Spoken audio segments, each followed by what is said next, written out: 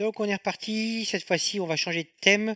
Je vais vous présenter l'algorithme min-max et son optimisation alpha-beta, qui sont des algorithmes qui permettent de faire jouer un ordinateur à un jeu où on serait, enfin c'est pour un type particulier de jeu à deux joueurs, jeu ouvert, c'est-à-dire qu'on a information complète, on connaît tout le jeu. On verra rapidement à la fin que ça ne convient pas forcément à d'autres types de jeux. Donc l'algorithme min-max, c'est un algorithme qui est dû à von Neumann et il date de 1928. Et l'optimisation alpha-beta, c'est une optimisation de cet algorithme qui est due à McCarthy et ça date de 56. Donc inutile de dire que quand von Neumann a conçu l'algorithme min-max, il n'y avait aucune machine qui était capable de tourner avec. Alors, je suis pas sur la bonne fenêtre. C'est bon. Voilà. Donc je vous prends un exemple tout simple, jeu du tic-tac-toe. Je pars d'un cas quasi final. Donc on a la position qui est à gauche ici. Et on va dire que c'est au joueur qui a les croix de jouer. Eh bien, s'il joue en haut à droite, il a trois croix alignées, donc il a gagné. Donc on peut dire par exemple qu'il aurait une récompense de 100. Si il joue en bas, eh ben, a priori on peut rien déduire. Il n'a pas gagné. Celui qui a les ronds n'a pas gagné. Donc on ne sait pas trop quoi en déduire. Maintenant, si on revient d'une étape, un petit peu, je remonte dans le temps. Là, c'était en fait donc à rond de jouer. Rond, il pouvait jouer à trois endroits. Mais à aucun de ces endroits, il gagne. Alors finalement, est-ce qu'il y a une solution qui est meilleure qu'une autre ou pas? Eh bien, on peut essayer de regarder un cran plus loin. Et là, c'est à croix de jouer. Eh bien, on s'aperçoit que dans les deux solutions du haut, donc si rond avait joué en haut à droite, on arrive à deux solutions, il ne se passe rien de particulier.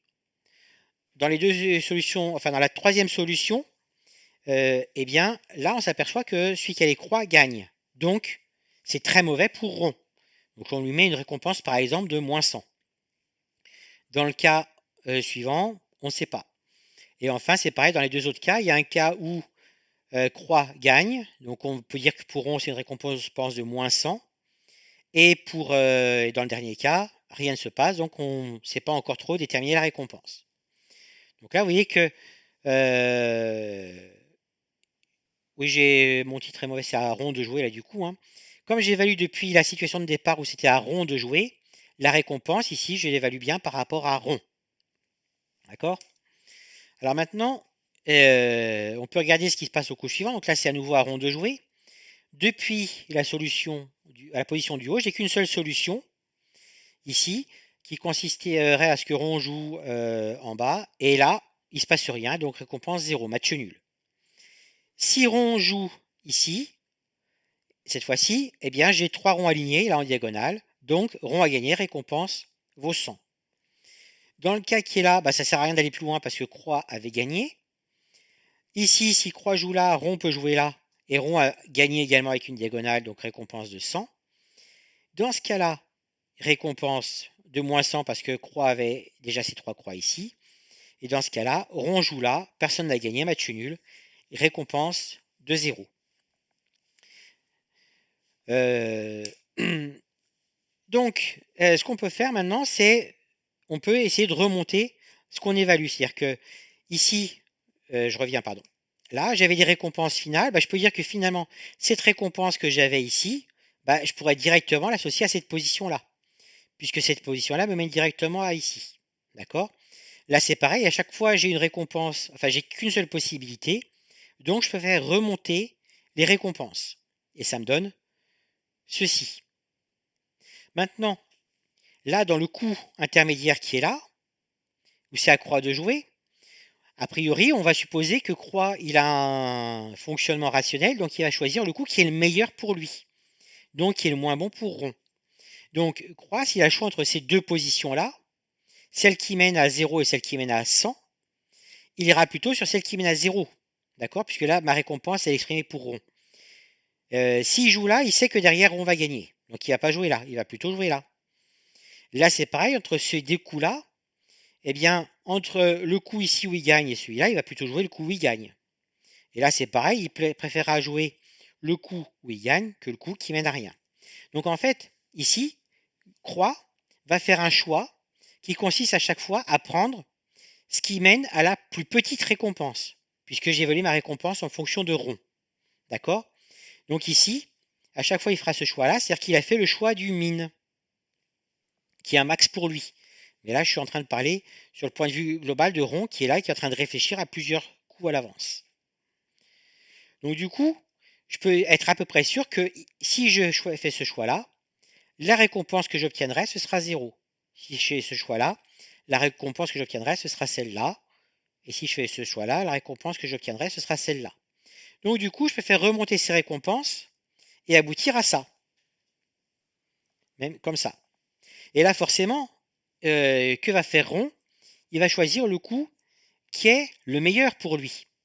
Il sait que s'il prend un des deux derniers coups, Croix a une solution gagnante. Donc il va plutôt choisir le dernier coup qui permettra d'éviter, en tout cas, que Croix gagne. Peut-être que lui gagnera pas, mais en tout cas, ça évitera que Croix gagne. Donc on voit que à l'étape d'avant, ici, j'avais fait un min, et là, j'ai fait un max. Donc j'ai une alternance de max et de min. Et si j'essaye de généraliser ça, eh bien, au coup 8, comme c'était à croix de jouer, donc à l'adversaire, j'ai fait un min. Au coup 7, c'était à rond de jouer, j'ai fait un max. Et si je remonte encore, et imaginer que j'avais réfléchi 2 coups encore avant, eh bien au coup 6, c'était à croix de jouer, donc lui il aurait choisi à nouveau le coup qui serait le moins bon pour rond, donc un min. Rond par contre au coup 5, le coup le meilleur pour lui, donc un max, etc. Et donc on observe une alternance de min et de max.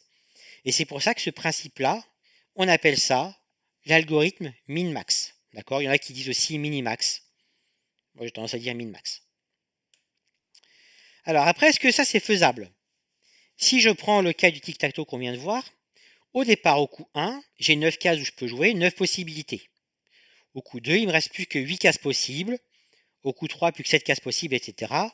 J'obtiens donc finalement, factoriel 9 possibilités, 362 880 situations à calculer, sachant que ça c'est un majorant parce que j'ai des victoires prématurées qui peuvent survenir. Donc ça, pour un ordinateur actuel, c'est de la rigolade. C'est faisable sans problème. D'accord? Maintenant, si je prends un jeu comme le Go, vous avez un plateau qui est carré et on joue pas dans les cases, on joue sur les intersections. Et vous avez 19 lignes qui croisent 19 colonnes et on peut jouer sur n'importe quelle intersection. Ce qui veut dire qu'au premier coup, vous avez 361 possibilités. Au deuxième coup, vous ne pouvez pas jouer là où il y a eu une première pierre de jouer. Il reste 360 possibilités. Au troisième coup, 359, etc. Et donc, si on admet qu'une partie se joue en 100 coups à peu près, bon en fait on est plutôt dans les 150 coups en général, hein, eh bien, vous voyez le nombre de situations que ça fait à calculer, c'est évidemment pas possible. Et encore, il peut y avoir de temps en temps des prises qui font qu'on revient un petit peu en arrière dans l'état du jeu. Donc, on est loin ici d'avoir le nombre de possibilités globales à calculer. Donc, on ne peut pas comme ça calculer jusqu'au bout toutes les possibilités pour ensuite revenir et avoir le choix finalement du coup à faire. Et ça, ce gros problème dans le Go, eh ben, c'est ce qui a expliqué que pendant des années, jusqu'à il y a 2 ans à peu près, les programmes qui jouaient au Go étaient particulièrement nuls. Et depuis, il y a une autre technologie qui a été mise en place qui repose sur le deep learning. Et c'est comme ça qu'on a AlphaGo qui a réussi maintenant à être meilleur que les champions du monde de Go. Mais c'est une autre histoire. Alors si je reprends maintenant le jeu d'Othello, donc je vous avais mis une petite vidéo à regarder sur le principe du jeu d'Othello. Donc je vous montre ce que ça donne. Ici, je me place au point de départ. Au point de départ, on a... donc je parle en termes de demi-coup. Un demi-coup, c'est un joueur qui joue. D'accord? Souvent, un coup, on dit c'est un joueur puis l'adversaire. Au départ, on a la situation initiale plus les 4 possibilités auxquelles ça mène. Enfin, ça fait donc 5 situations à calculer. Et ensuite, si je continue, combien j'obtiens de situations à chaque fois? Et bien là, je vous l'ai mis ici en fonction du nombre de demi-coups. Donc ça, si je veux réfléchir juste sur ce que je fais moi, sur ce que je fais moi puis mon adversaire, il faut évaluer calculer 17 positions. etc. Et si je veux réfléchir par exemple sur 5 coups complets, donc je joue 5 fois, mon adversaire joue 5 fois, eh bien ça me fait à peu près 28 millions de situations à calculer. Et on voit que ça croît exponentiellement. D'accord? Bon, ça c'est au début, plus on va vers la fin, moins l'augmentation va être forte. Mais très rapidement quand même, et ça va vers un grand nombre de possibilités. Alors du coup, on va se dire, bah, on va pas chercher à aller jusqu'au bout, parce que normalement, à Othello, comme j'ai 64 cases avec 4 remplies au départ, si on n'arrive jamais dans une situation où personne ne peut jouer, eh bien, je vais avoir 60 demi-coups pour remplir le plateau. Donc on voit bien que, comme vu la vitesse à laquelle ça grandit, au bout de 60 demi-coups, le nombre de 60 demi-coups, c'est ça, le nombre de situations à calculer va être colossal. Donc on ne peut pas se permettre de calculer jusqu'au bout.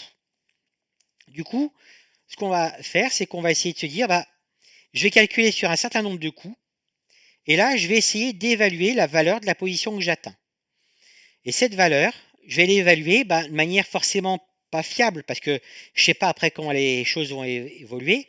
Donc, je vais définir une fonction heuristique, c'est-à-dire une fonction empirique qui essaye de donner une valeur à la situation, mais qui est pas fonction 100% exacte. Donc, pour déterminer après la valeur d'un programme qui va jouer à un jeu comme ça, il y aura déjà sur combien de coups de demi-coups j'ai fait ma réflexion, mais également la pertinence de ma fonction heuristique. Il est évident que si à Othello, ma fonction heuristique, c'est un nombre tiré au hasard, ça apporte rien du tout, et ça fera un programme globalement mauvais. Peut-être que j'ai des fonctions heuristiques un peu plus intéressantes.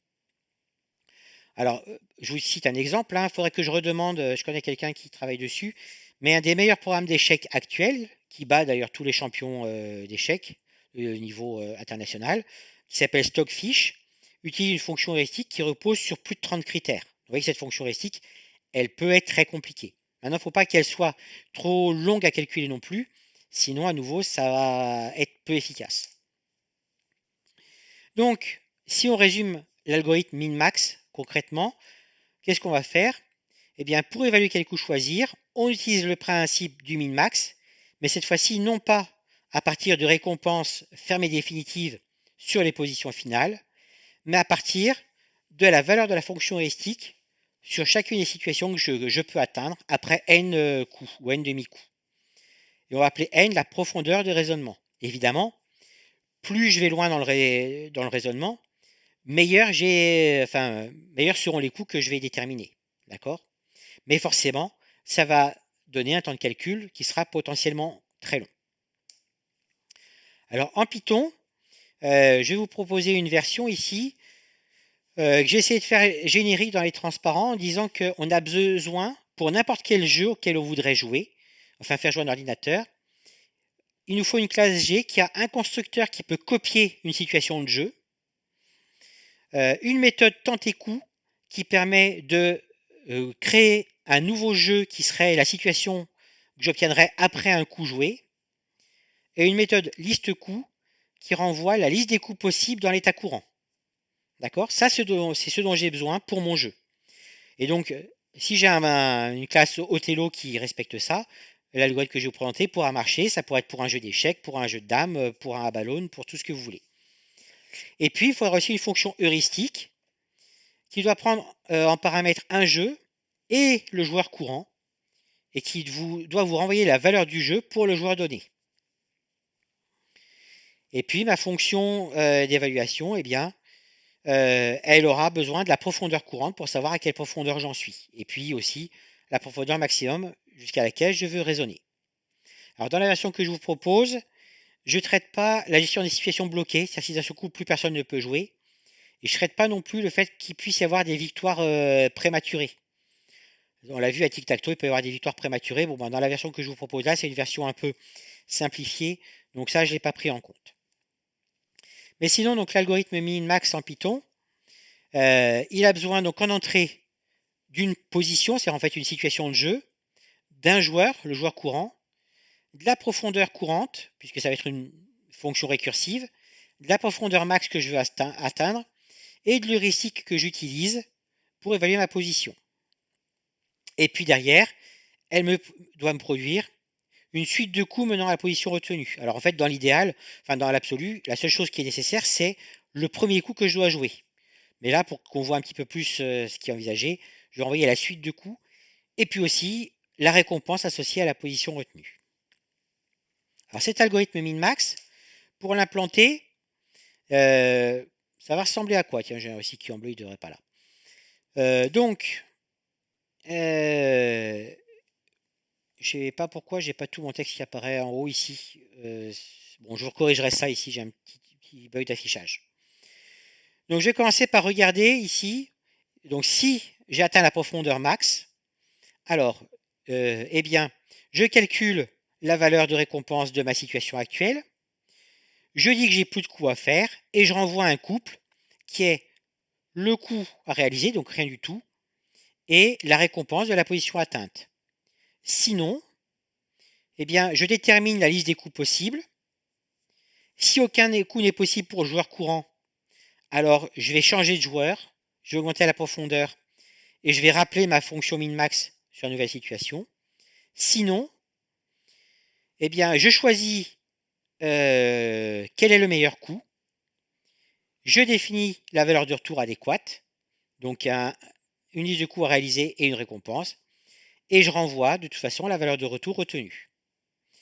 Donc, si profondeur max atteinte, c'est tout simplement si la prof courante est supérieure à la profondeur max. Du coup, bah, ce que j'ai là, ça consiste tout simplement, oui, je l'ai fait après, bon, elle, c'est d'accord. Oui, c'est bizarre, ça, j'ai des trucs qui ne s'affichent pas dans l'ordre dans lequel ça devrait s'afficher. Je ne sais pas ce qui s'est passé avec mon animation. Donc ici, donc je vous le fais, le bloc bleu ici, ce serait return liste vide, virgule, heuristique de jeu, tout simplement. Sinon, j'appelle donc la méthode liste coup sur mon jeu. Donc jeu, c'est un paramètre de ma profondeur, de ma méthode min-max ici, hein, ma fonction min-max. Ça me renvoie ici une liste de coups. Si cette liste est vide, eh bien, je crée un nouveau jeu en changeant le joueur, ici. J'appelle min-max à la profondeur plus 1. Et je retourne le fait que bah là, j'ai pas pu jouer de coup. Pardon. Hop. Je reviens. Ah bah tiens, là, ça s'est affiché correctement. Donc le fait que j'ai pas pu jouer de coup et qu'après j'ai pris la liste des coups qui m'avait été renvoyée par mon appel récursif à min-max. Et la récompense, eh bien, c'est la récompense qui m'a été renvoyée par mon appel récursif.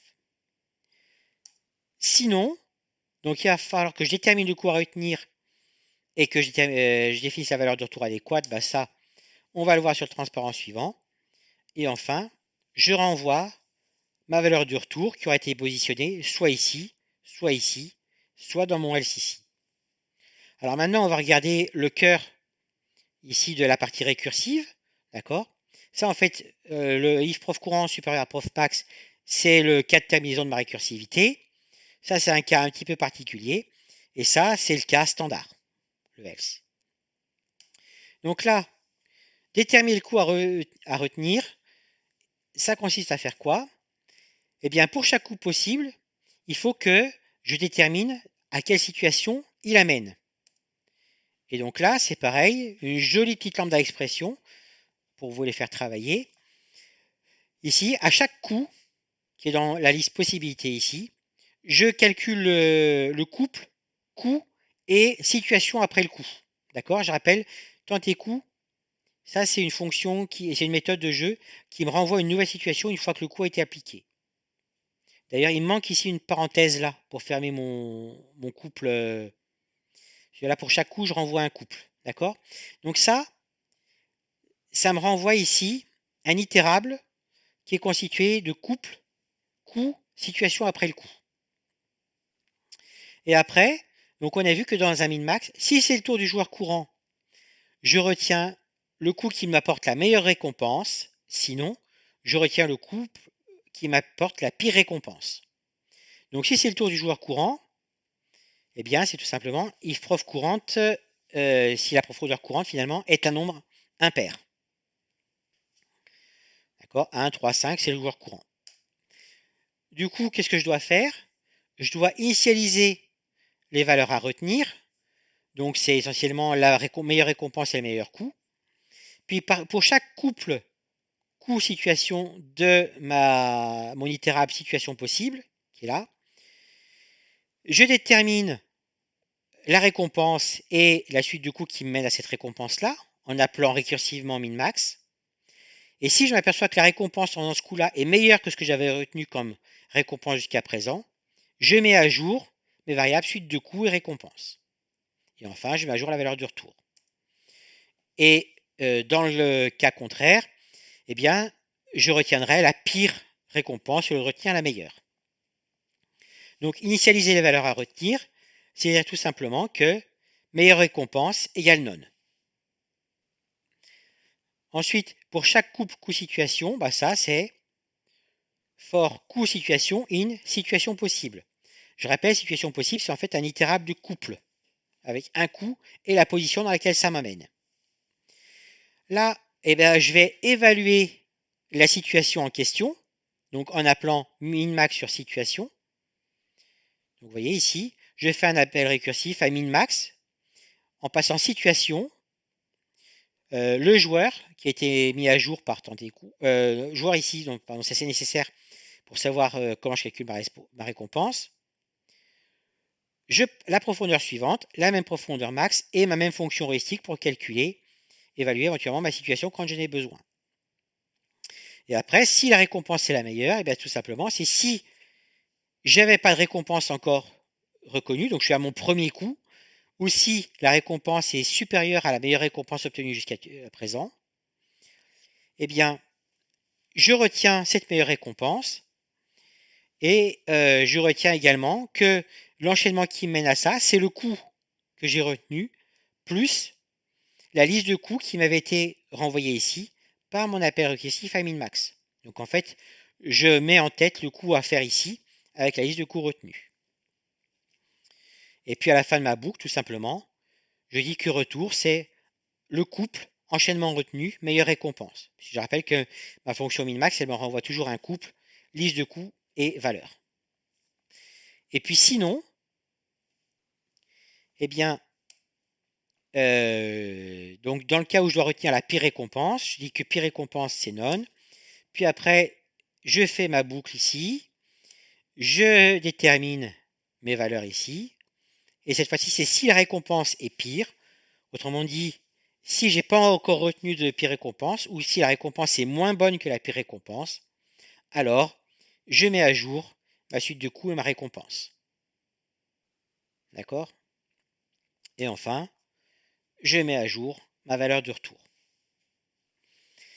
Et voilà, et donc là, si on concatène, si on inclut ça dans ce qu'on a vu précédemment, ça donne l'algorithme min-max en Python. Alors, bah ça, je peux vous le montrer déjà ici. Pardon. Déjà, donc vous aurez si vous allez sur la page dont je vous ai donné l'URL, vous avez ici le fichier othello.py qui contient les classes pièces, cases, plateau et Othello qui permettent de définir le jeu d'Othello avec notamment la méthode jouer coup qui permet de jouer un coup, la méthode retourner qui permet de retourner les pions quand on a joué un coup, tenter coup qui permet de jouer un coup sur une nouvelle situation, et liste coup ici qui vous renvoie à la liste des coups possibles dans une situation donnée. Donc après, si vous voulez faire implanter un min-max, c'est tout à fait possible de donner ça tel quel. Hein. Après, donc il y a minmax.py, pardon, minmax.py ici, qui contient ici, eh bien, la méthode minmax en fait, alors que j'avais appelé ici déterminer coût et récompense heuristique. Le nom est un peu long, vaudrait mieux l'appeler minmax ici. C'est exactement celle que je viens de vous montrer, d'accord, mais là vous la retrouvez telle quelle en un seul morceau. Alors maintenant, il faut déterminer une fonction heuristique pour le jeu Othello. Donc, fonction heuristique de base, pourquoi Je peux pas revenir en arrière. Je suis pas.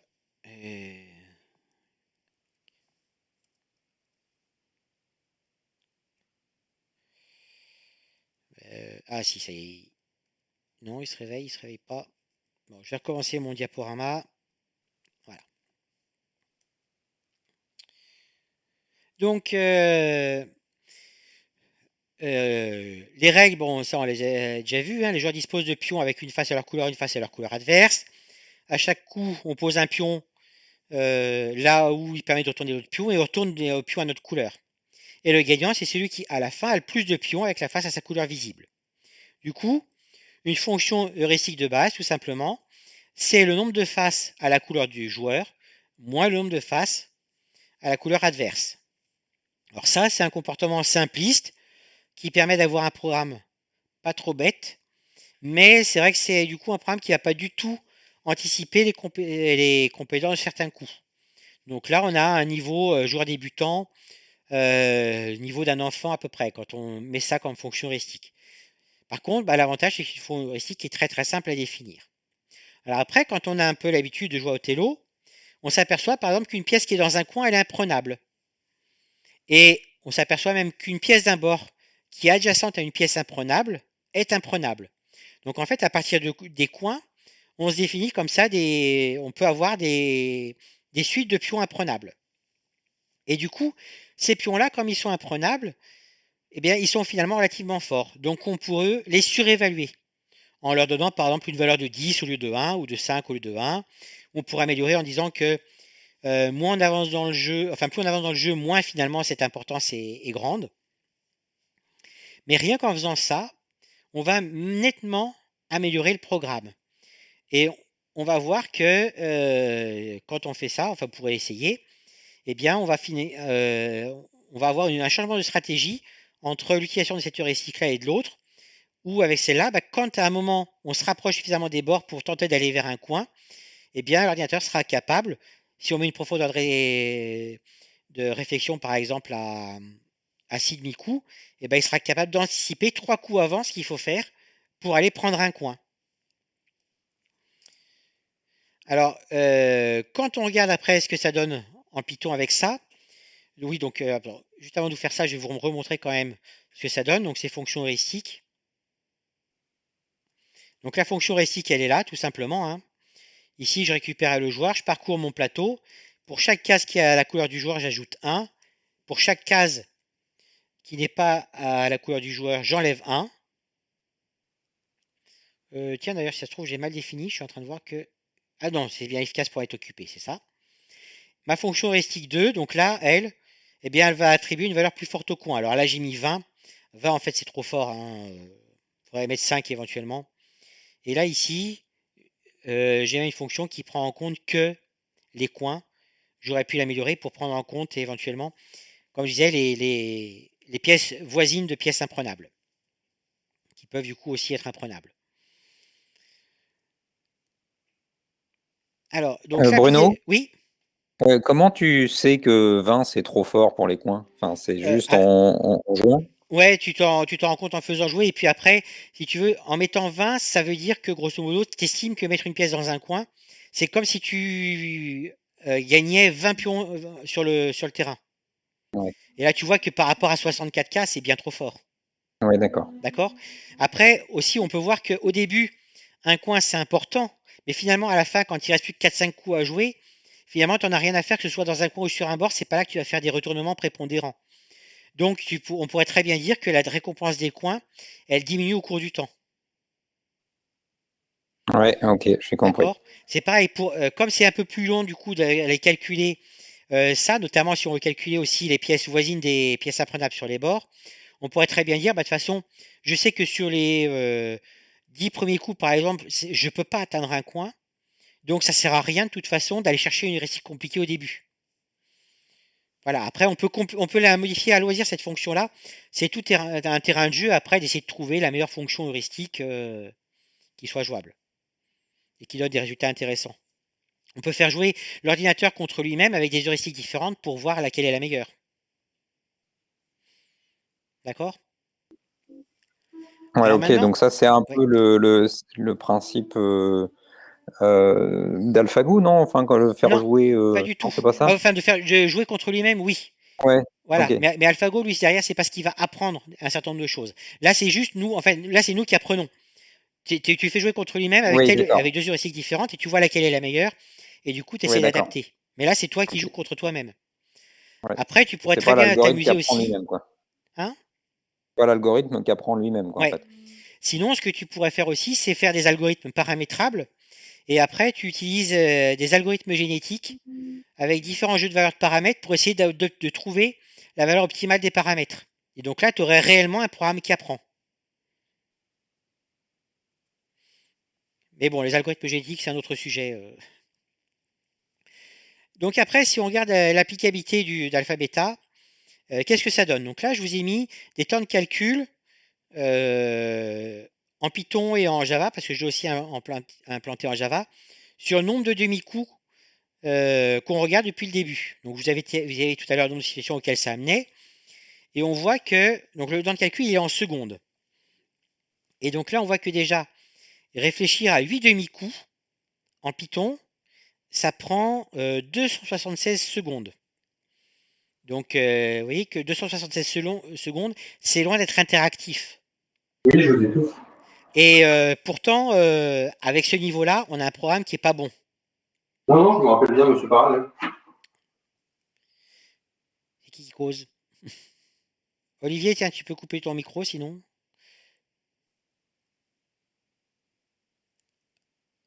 À moins que, parce que si, ou alors c'est que tu avais des choses à dire, mais du coup, j'ai pas compris tout le début.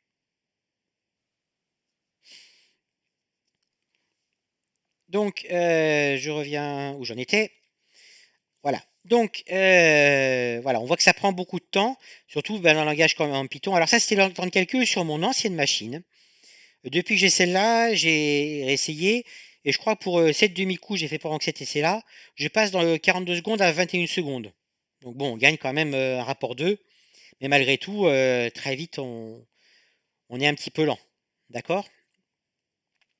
Donc, on peut améliorer ça avec un élagage qu'on va appeler élagage alpha-bêta.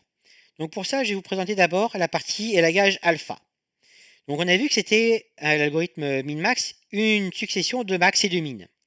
Alors on va se mettre dans le cas où on a un max ici entre quatre situations possibles sur lesquelles on va faire des mines. Donc première chose, j'évalue ma première situation. Enfin, je prends ma première branche qui mène à deux coups, l'un à deux positions, l'une évaluée à 8, l'autre évaluée à 4.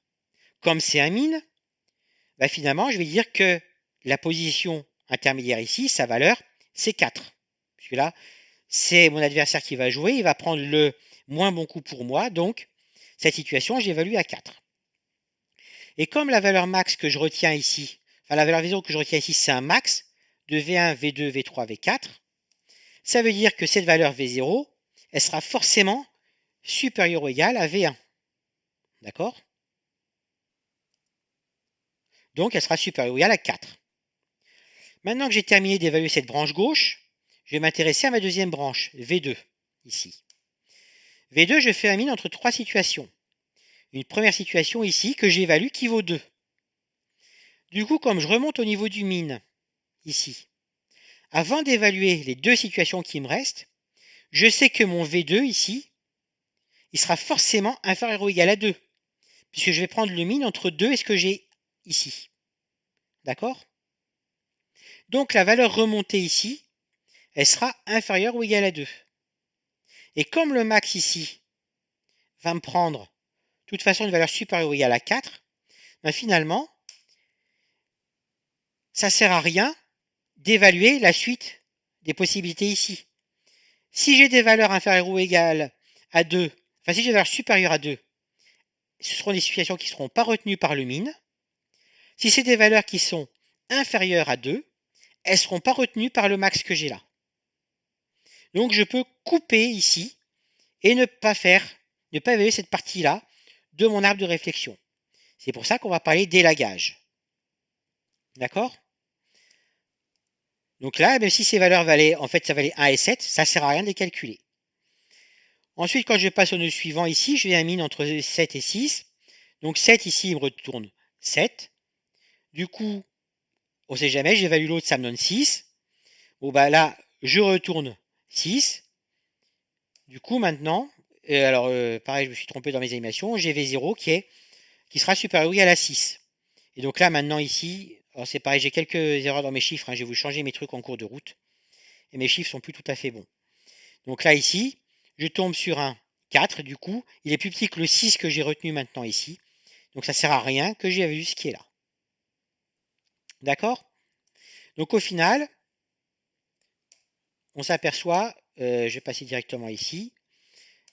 Donc on va avoir ce paramètre alpha qu'on va ici se trimballer, qui représente eh bien, ce qui me permet de faire des élagages sur mes mines.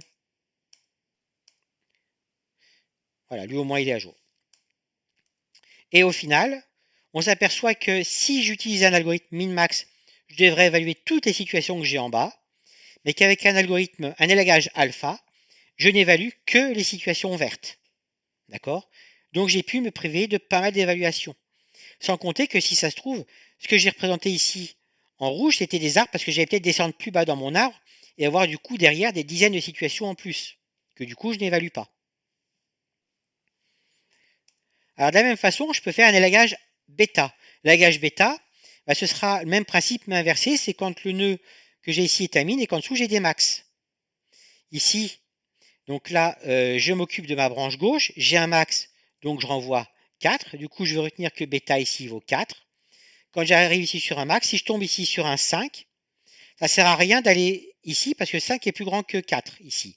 Donc si j'ai ici quelque chose qui est plus grand avec le max, je retiendrai ce plus grand là. Donc de toute façon, la valeur que je vais renvoyer sera supérieure ou égale à 5. Mais comme là je fais un min et que j'ai déjà 4, je retiendrai de toute façon pas ce qui vient de là. D'accord? Donc là, ça c'est l'élagage bêta qui consiste à élaguer quand j'ai un max sous un min. Et donc à nouveau, là je mets mon bêta à jour. Ici donc j'ai 3 et 1 donc qui est ici. Maintenant, je remonte 3, puisque là j'ai un max qui me donne 3 qui remonte ici, donc mon min c'est 3. Donc maintenant j'ai bêta qui vaut 3. J'arrive ici avec un bêta qui vaut 3. Mon premier nœud me donne 4. Donc je ne vais pas aller évaluer ce qui est à droite ici. Et donc c'est pareil. J'ai plein de nœuds comme ça que je ne vais pas évaluer avec un algorithme alpha bêta par rapport à un algorithme min-max. Donc ce qu'il faut voir, c'est qu'un élagage alpha bêta, ça modifie en rien le résultat d'un min-max.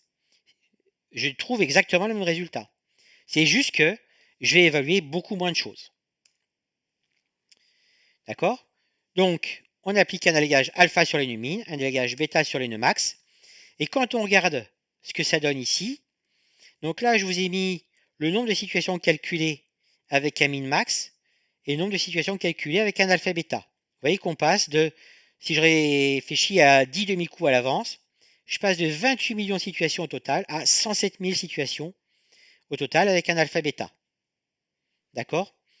Et donc là, on voit sur une courbe à des échelles classiques que le alpha bêta il reste quasiment à 0. Donc c'est pour ça qu'après, je vous ai remis un graphe avec des logs où on voit quand même que bah, forcément on croît avec le alpha bêta, mais qu'on reste bien inférieur en nombre de situations à calculer que ce qu'on a avec le min-max. D'accord? Alors en Python, là c'est pareil, je vous ai remis les temps de calcul. On voit que ce qui me donnait, donc le 7 demi-coups qui me donnait du 42 secondes en min-max, en alpha bêta, ça me donne plus que du 1 seconde et demie, ce qui là est acceptable. D'accord? Donc après, bon, le problème de l'alpha bêta, c'est qu'il est effectivement beaucoup plus compliqué à implanter, mais il permet d'avoir des temps de calcul plus raisonnables. Et ça rend le programme vraiment applicable, alors que sinon, on voit qu'avec un Othello, on a un arbre qui est un petit peu trop grand, et bien on explose un petit peu avec le min-max. Donc le alpha bêta en Python, je vais peut-être pas vous redétailler le code ici, mais ce qui se passe, c'est du coup, il faut bien que ma fonction ici, alpha bêta, elle prenne en paramètre, donc c'est ce qui remplace le min-max, hein, elle prend en paramètre un alpha, un bêta, et ici, bah, quand j'évalue à la profondeur suivante, je passe le alpha et le bêta, et après, alors pardon, je vais plutôt passer ici, il faut éventuellement que je les mette à jour, Donc ici, si je suis sur un nœud max ici, eh ben, j'aurai éventuellement une coupe. Et sinon mise à jour du coupe bêta, sinon mise à jour du alpha. Et inversement, quand je suis sur un nœud min, j'aurai éventuellement une coupe alpha et mise à jour du bêta. Voilà, donc je vous ai mis aussi le code, hein, donc vous pouvez le regarder. Alors, si on Mais regarde... Oui, excuse-moi, oui, j'ai une question par rapport à l'initialisation de alpha et bêta. C'était plus l'infini, moins l'infini. Tu, ouais. tu gères ça où, par none Alors là, non, en fait, ce que j'ai fait, si je me souviens bien, alors ça c'est dans la version Java, dans la version Python, je vais vérifier en direct ce que j'ai fait. Dans la version Java, je crois que j'ai défini mes heuristiques comme des classes, et pour chaque heuristique, j'ai une valeur min, une valeur max. Et là, enfin comme des objets. Et là, comment j'ai fait en Python, je sais plus ce que j'ai fait. Je crois que je dois passer moins 1000 et plus 1000 brutalement, je crois. Je vais regarder ça. J'ai changé mes noms de fichiers en plus. Ouais, parce que Donc, comme dit Philippe, il y a possibilité de représenter l'infini. ouais. Là j'ai mis moins 1000 plus 1000. D'accord. D'accord? Ok. Mais sinon, effectivement, oui, on peut représenter ça avec des nonnes. S'il y a possibilité de représenter moins l'infini, on peut le faire comme ça. Ou sinon, on peut aussi, comme je disais, les associer comme des. En Python, on peut associer des propriétés à des fonctions. Donc, on pourrait très bien, aux fonctions heuristiques, associer des propriétés valmin, valmax, et du coup les récupérer comme ça, à l'initialisation. Voilà, donc après, donc, hein, dans mon fichier minmax ici, vous verrez que bah, j'ai le minmax donc, que j'ai appelé bêtement mon nom impossible là, déterminer coût et récompense heuristique. Et j'ai aussi alpha bêta qui est là. Donc vous retrouverez les deux. Et puis en plus, j'ai rajouté ici ce qui me permet de calculer le nombre de situations examinées. Donc, vous pourrez regarder ça aussi si vous, enfin le garder ou le supprimer. Vous faites ce que vous voulez avec. Donc concrètement, applicabilité de alpha bêta. Donc je reprends le Stockfish, hein, qui est un jeu d'échecs. Ça utilise un alpha bêta. Ceci dit, pour être meilleur que des joueurs d'échecs internationaux, il y a des optimisations supplémentaires qui sont faites. C'est capable d'utiliser une mémoire colossale qui s'exprime en téraoctets. Ça peut éventuellement utiliser du parallélisme et fonctionner sur des machines qui vont jusqu'à 128 cœurs. Mais derrière, on a vraiment quelque chose qui marche. Et si même sur une machine personnelle, on a un programme qui bat n'importe quel joueur moyen aux échecs, hein. Je pense même n'importe quelle personne qui n'est pas grand maître international est battue par un Stockfish sur une machine standard. Alors, au niveau des optimisations aussi, bah, Stockfish, par exemple, il connaît toutes les finales avec, je crois, avec 5 pièces. Il doit avoir une bibliothèque d'ouverture comme ça qui fait que bah, les premiers coups, il n'a pas du tout à réfléchir, il applique une bibliothèque d'ouverture toute faite, ce genre de choses. Alpha Beta n'est évidemment pas applicable à un jeu avec un arbre très large. On l'a vu par exemple avec le Go. Et puis, il est fait pour des jeux à information complète. Donc dès qu'on a par exemple un jeu de cartes où un joueur a une partie des cartes cachées, on ne peut pas appliquer alpha beta tel quel. Ou alors il faut, dans la fonction heuristique, impliquer aussi des fonctions qui essayent d'évaluer la main de l'adversaire, par exemple. Après, on peut faire une exploration en largeur ou en profondeur de l'arbre des possibilités. Alors, en général, c'est du parcours en profondeur qui est fait. L'inconvénient, c'est que c'est difficile du coup de définir un niveau de réflexion, parce que le niveau de réflexion, souvent, on le définit par rapport à une contrainte de temps. Genre, on va dire, bah voilà, on veut qu'il réfléchisse 10 secondes. Bah oui, mais en 10 secondes, je peux réfléchir à combien de niveaux? Ça, c'est pas évident à savoir. Sinon, on peut faire aussi un parcours en largeur. Le problème, c'est que bah, il faut mémoriser plein de situations d'une profondeur donnée. Et ça prend une place en mémoire colossale. Et puis, c'est un petit peu plus compliqué à implanter.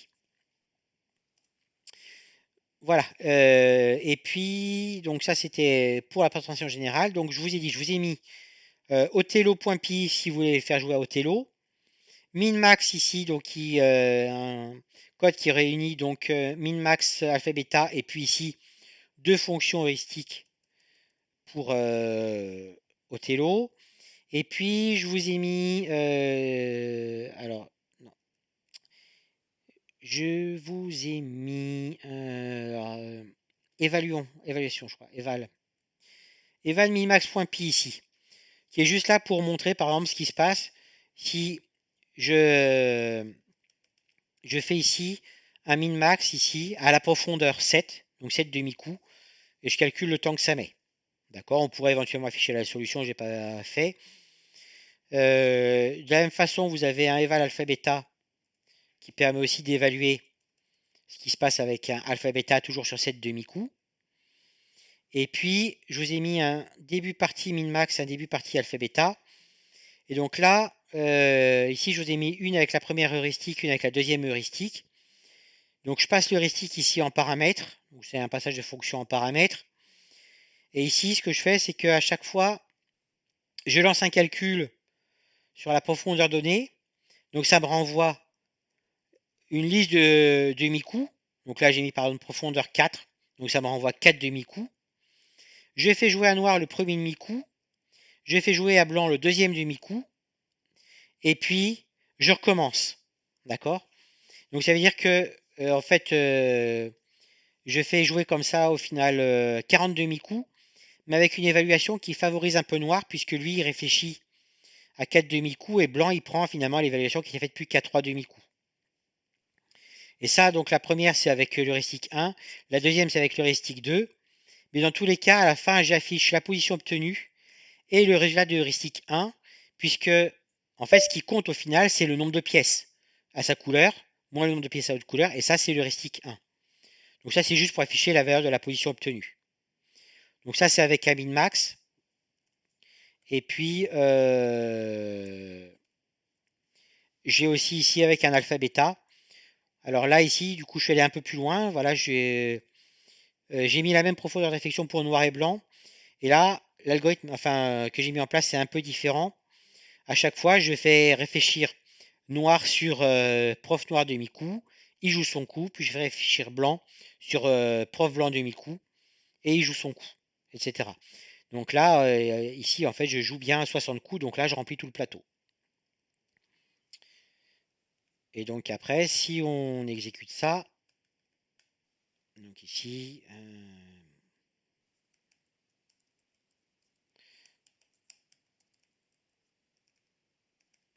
alors déjà, je vais vous faire juste un from eval min-max import étoile. Donc là, vous voyez, ça c'est eval min-max,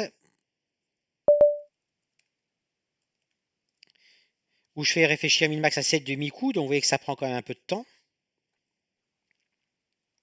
Donc, je vous dis, de toute façon, ça va être 21 secondes, à peu de choses près. Hein. Peut-être moins comme la GeoBS qui tourne et plein d'autres choses.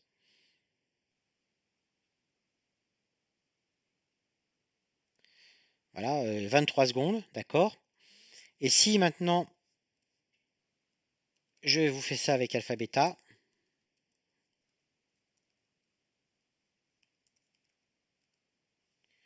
voilà, j'ai eu la réponse en moins d'une seconde. À la même profondeur, hein, d'accord? Donc là, ça m'a donné le même résultat. Et vous voyez qu'évidemment, bah là, j'ai dû examiner 65 000 situations. Là, j'en ai évalué 2300. D'où le gain de temps colossal. Et puis si je reprends maintenant, donc c'est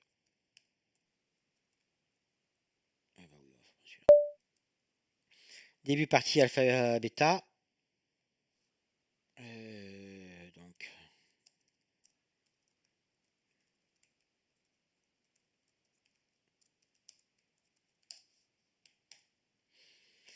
voilà, ici on voit à chaque fois le nombre de situations qui sont analysées, le coup qui est joué,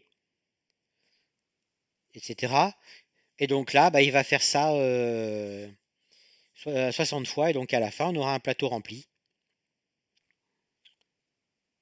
Alors là, c'est avec... oui. Et là, en fait, le joueur 1, le joueur noir, il joue avec l'heuristique 2. Le joueur blanc, il joue avec l'heuristique 1. D'accord?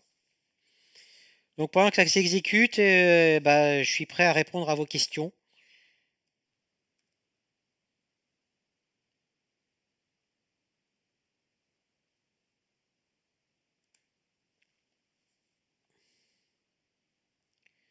Personne n'a de questions? Si moi, par rapport à tes étudiants, quand est-ce que actuellement, en post-bac, tu vois ça? Jamais. Ok, c'est cool. Non, il se trouve que voilà, ça fait pas partie du programme des matières que je fais. Euh, disons que ça nécessite de maîtriser la récursivité. Voilà. Donc là, ça peut être envisageable en projet, je pense, au dernier trimestre, sachant que c'est très modulable parce que il y a vraiment la partie Othello ici. Alors ça peut être Othello, ça peut être un autre jeu. Donc ça peut être soit faire utiliser un min-max qui existe et puis faire développer ce qui permet de jouer à un jeu bien particulier. Ou alors ça peut être l'inverse, on donne le code pour tout ce qu'il faut pour jouer à un jeu et on demande de faire le min-max. Bon, le alpha bêta, je pense qu'il est un petit peu compliqué. Après, on peut toujours leur faire implanter le min-max. Et puis, quand ils réussissent à avoir un min-max qui tourne, eh bien, on leur donne le alpha bêta en cadeau en disant, bon, bah voilà, maintenant que vous avez fait ça, voilà quelque chose qui fait la même chose, mais en plus efficace, sans forcément rentrer dans les détails. D'accord? Mais voilà, alpha bêta, je pense qu'il est un petit peu compliqué. Le problème, effectivement, c'est la lenteur de Python qui fait qu'on se rend bien compte qu'avec avec un min-max, ben, on ne peut pas aller très loin en profondeur sur un Othello. Non, on prend pas le meilleur chemin. Enfin, ouais, à moyen terme, c'est ça. En fait, on prend le meilleur chemin qui mène jusqu'à là où on s'est arrêté. Donc, si on pouvait aller jusqu'au bout, ce serait pas du glouton. Le glouton, ce serait plutôt, je m'arrête au premier coup, hein. Voilà, donc là, vous voyez, en attendant, il a terminé. Donc là, tout mon plateau est rempli. Et on voit que noir mène de 16 points. Et entre autres, on voit bien ici tout ce qui s'est passé dans le coin inférieur droit. Vous voyez que noir ici, il a rempli le coin. Et après, ça lui a permis de s'étendre par là.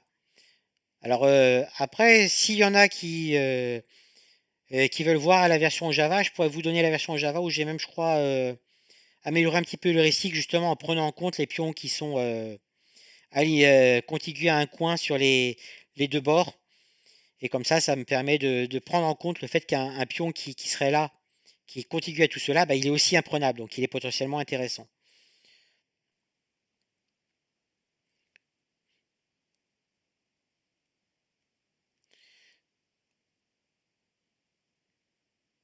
Et du coup, dans le code que tu as là, est-ce qu'il y a une version où c'est l'utilisateur qui joue contre le programme? Non, ça je l'ai pas fait. C'est pas compliqué à rajouter. Non, je crois pas que j'ai dans ma classe Othello. Attends, je suis pas. J'ai cliqué sur l'aperçu de mon éditeur au lieu de cliquer sur mon éditeur, donc forcément.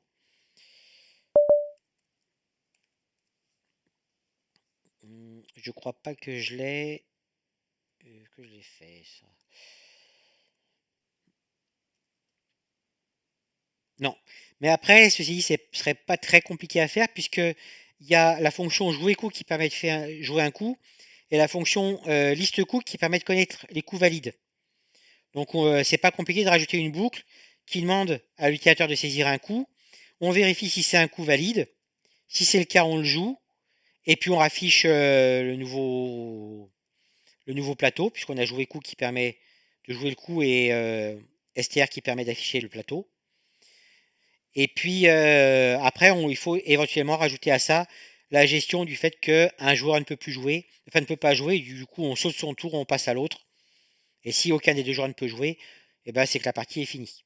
Voilà, mais ça se fait en 15 lignes, je pense, à rajouter, hein.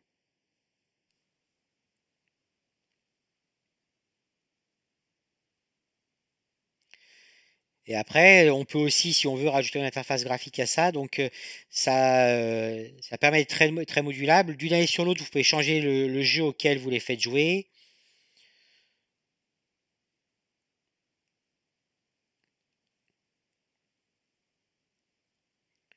Voilà. Et puis après, si vous voulez des idées de jeux abstraits facilement implantables, je peux vous en donner plein. Il en existe de nouveaux qui sortent tous les jours, ou presque. Alors, Shoten Totten, par contre, ça va pas être un jeu à information complète. J'ai pas encore joué, mais je crois qu'on a une main de carte, donc on ne sait pas ce qu'a l'autre. Donc du coup, il faudrait mettre à nouveau dans l'heuristique, il faudrait mettre une heuristique sur la main de l'autre joueur.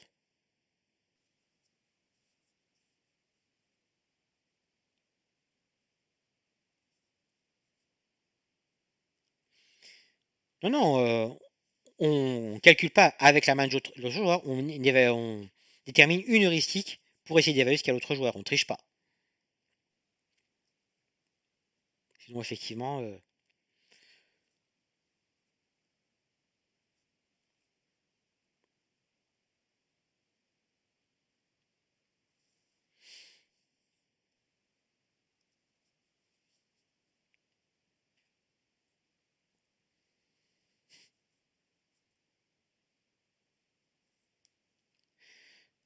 ouais, ce qui est là, effectivement dans l'heuristique, enfin, va avoir une heuristique pour essayer de déterminer la position d'un autre bateau, et puis après, ça nous permettra, nous, d'avoir une fonction heuristique qui va évaluer la valeur de notre coup, par exemple, sur tant de positions.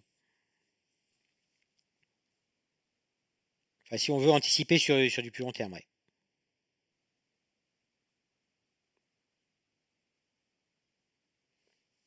Mais oui, Nessie vous survivra.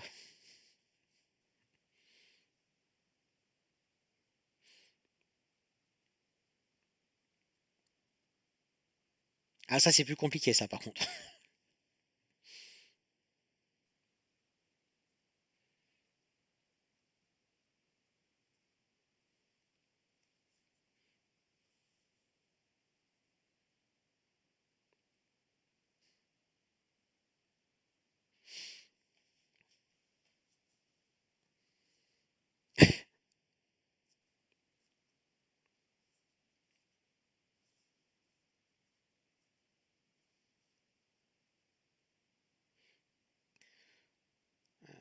Bon, le min-max, c'est pas si compliqué que ça. En fait, ce qui est le plus compliqué dans le min-max, c'est le nom de la fonction. Je sais pas pourquoi je suis allé chercher ces fonctions. Bon, et puis honnêtement, j'aurais pu structurer mon code mieux pour qu'il soit un peu plus court, parce que là, c'est vrai que ma fonction, elle fait un peu longue.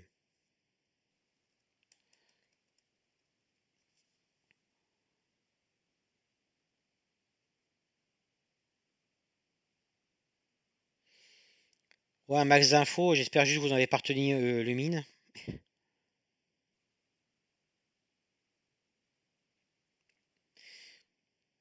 Ouais, puis puissance 4, c'est un bon exemple. Alors, si, bah, puissance 4, on peut par exemple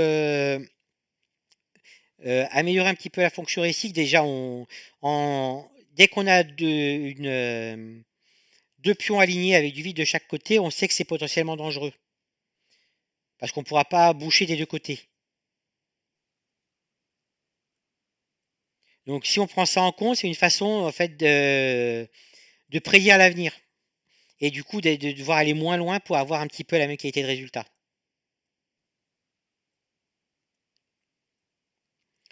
Et Bah, après du coup, aussi, on peut envisager à puissance 4 les fourchettes. C'est-à-dire que si on réussit, enfin, c'est si l'adversaire a deux pions. Mais par contre, on peut aussi du coup envisager de favoriser les fourchettes. C'est-à-dire si on a deux lignes de 3 par exemple, qui se complètent par deux pions situés l'un sur l'autre, et bien du coup, jouer dans cette ligne, c'est un coup gagnant parce que soit on termine en jouant tout de suite, soit l'adversaire joue pour nous empêcher de terminer et on termine le coup d'après. Donc il y a des petites choses comme ça qu'on peut faire pour essayer d'améliorer l'heuristique.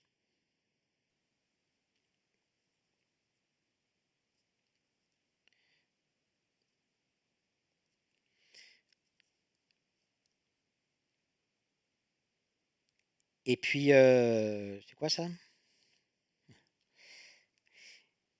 Et puis après, puissance 4, on a l'avantage d'avoir une largeur qui est très maîtrisée puisque c'est 7 à chaque fois, d'accord? Sauf vers la fin où on va petit à petit, enfin 7 coups possibles, à la fin on va diminuer par avoir moins de coups à jouer. Et du coup, c'est pareil, c'est plus maîtrisable.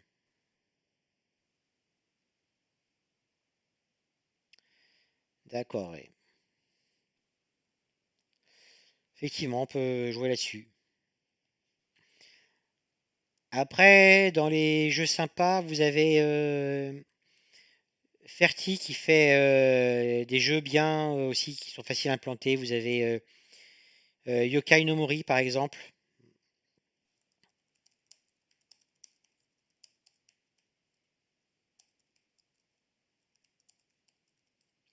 Ils ont 3 jeux comme ça, ou 4. Oui, oui, j'ai mes liens Philibert ouvert, évidemment. Et puis sinon, tiens, bougez pas, je vous ramène un truc aussi.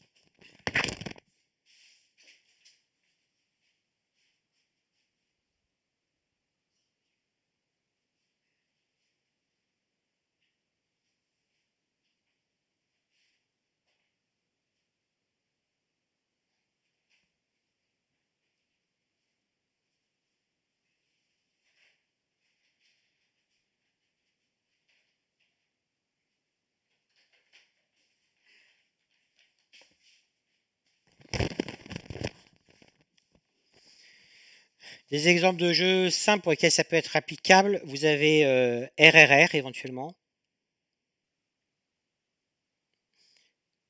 où on joue des cartes pareil, qui ont une influence sur les cartes d'à côté. C'est assez simple. Ou alors sur les variantes des échecs, vous avez, mais en plus simple, enfin en plus simple à implanter, pas forcément en plus simple pour jouer.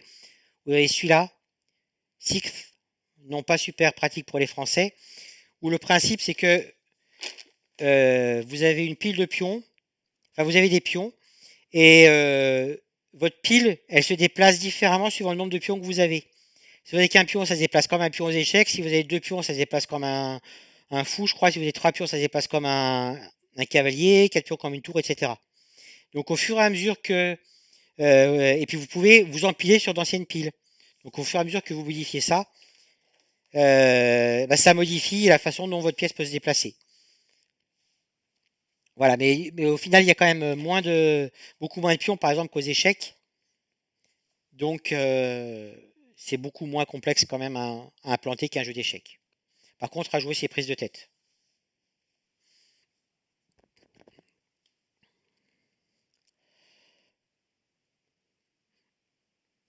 Voilà pour quelques exemples, mais ah, je sais plus où j'avais trouvé. Si je te le trouve, je te dirai où j'ai trouvé. L'éditeur, c'est ah ben, c'est Blue Orange.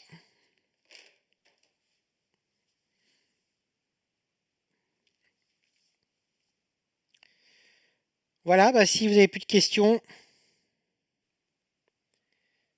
on s'arrête là. Et puis après, je peux vous proposer pour les prochaines fois plein d'autres choses sur les graphes. Je suis en train de préparer un truc sur les concevoir des algorithmes.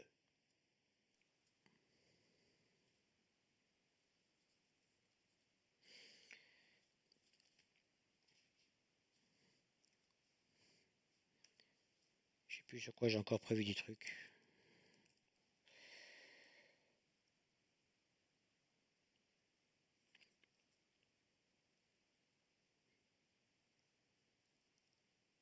Voilà, récemment, vous avez dû voir aussi sur la liste NSI, j'ai mis un truc sur le DNS, si ça vous intéresse. Voilà, voilà. Et ben, bonne fin de journée. Bon courage pour la fin de l'année. Et puis, n'hésitez pas, si vous avez des questions supplémentaires, je tâcherai de vous envoyer un mail quand j'aurai mis à jour la nouvelle version des fichiers.